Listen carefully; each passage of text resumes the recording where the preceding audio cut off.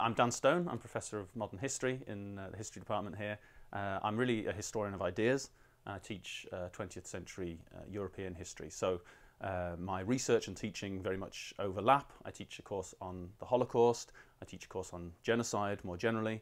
I teach a course on post-war Europe.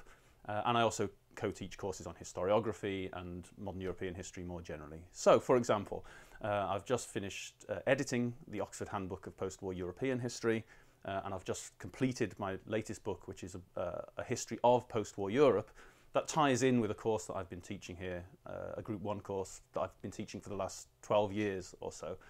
So you can see how these things cross over quite nicely.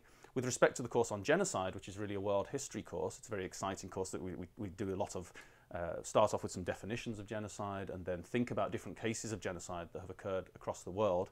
It's obviously, in some senses, very demanding because it requires getting to grips with all sorts of different places and times and different kinds of political regimes and so on and so forth. But in my research life, I'm one of the editors of the Journal of Genocide Research, which keeps me up to date in terms of what's happening in the discipline.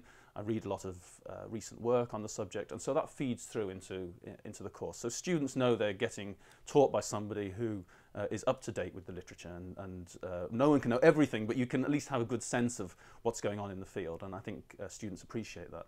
And with respect to the Holocaust, my previous book was called Histories of the Holocaust, which is a survey of Holocaust historiography and the enormous debates that have gone on in a very large and complex literature. So again, this is a course that I've taught for about 12 years at Royal Holloway, and the amount of teaching both at undergraduate and postgraduate level, including PhD students as well as MA students, means that the undergraduates get, I think, a very up-to-date and rich and well-informed set of classes and a course which is rooted in very much what's going on in the field.